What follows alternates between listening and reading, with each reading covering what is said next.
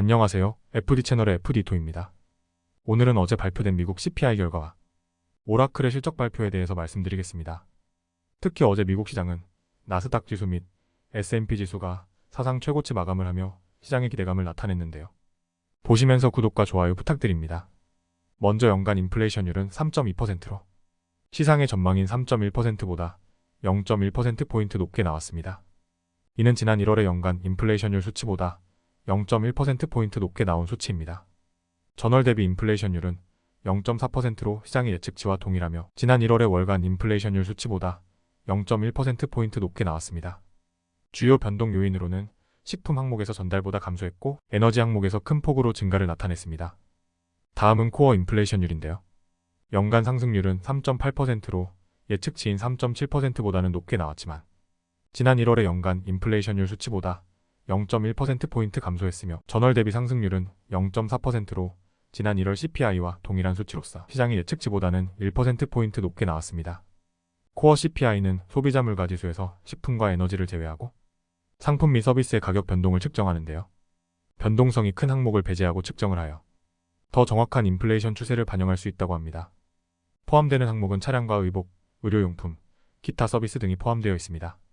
미국 증시는 어제장 시작 1시간 전에 발표된 CPI 지수에 따라 다소 급격한 변동을 보여주었는데요. 발표 직후 주요 지수들의 하락이 있었으나 곧바로 상승 전환되었습니다. 이는 예측치보다 높게 나온 연간 인플레이션율과 코어 인플레이션율 때문인데요.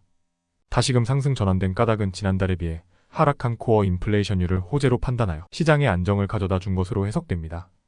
시장에서의 예측치는 3.7%였으나 3.9%만 되어도 추후 금리 인하에 큰 영향을 미치지 않는다고 판단하는 것 같습니다.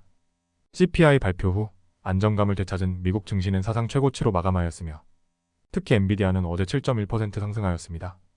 그러나 면밀히 따져보면 다음 달에 발표될 3월 CPI가 금리 인하의 분수령이 될 수 있다고 보입니다. 즉 4월 CPI 발표 때 큰 충격이 있을 수 있는데 현재까지의 자료를 살펴보면 연간 인플레이션율은 꾸준히 하락하고 있는 추세이나 월간 인플레이션율은 지난 10월 이후 상승 추세에 있으며 코어 인플레이션의 월간 상승률은 지난해 6월 이후로 다시 상승 추세에 있기 때문입니다. 지난 3월 6일 제롬 파월의 청문회에서 제롬 파월은 우리는 우리의 정책 금리가 이번 긴축 주기의 정점에 도달했을 가능성이 높다고 믿습니다. 올해 어느 시점에 정책 제한을 되돌리기 시작하는 것이 적절할 것입니다. 라는 발언으로 시장에 장밋빛 신호를 주었는데요. 4월 CPI 발표에서 이러한 물가의 상승 추세가 이어진다면 다시금 시장에 충격이 있을 수 있다고 판단됩니다.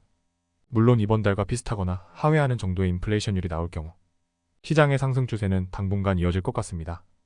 현명하게 판단하셔서 4월 CPI 발표 이전 한시적으로 포트폴리오의 비중 조정을 고려해 보시기 바랍니다. 이어서 오라클의 실적 발표 소식을 간단하게 전해드리겠습니다.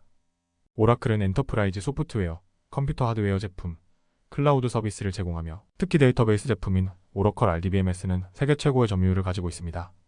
오라클은 현지 시간으로 3월 11일에 발표한 재무보고에서 전년 동기 대비 7% 증가한 133억 달러의 분기 매출과 1.41달러의 빌반 회계 주당 순이익을 발표했습니다.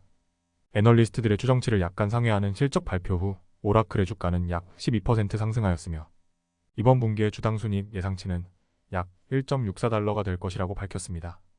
오라클의 주가 상승은 어닝 서프라이즈나 가이던스에 의한 주가 상승도 일부 포함되어 있지만 보다 주요한 내용은 주요 사업 부분이 AI의 수요에 힘입은 매출 증가인 점, 엔비디아와의 공동 발표를 앞두고 있다는 소식과 그리고 다음 오라클 CEO의 발언으로 앞으로의 성장 가능성 때문이라고 판단됩니다.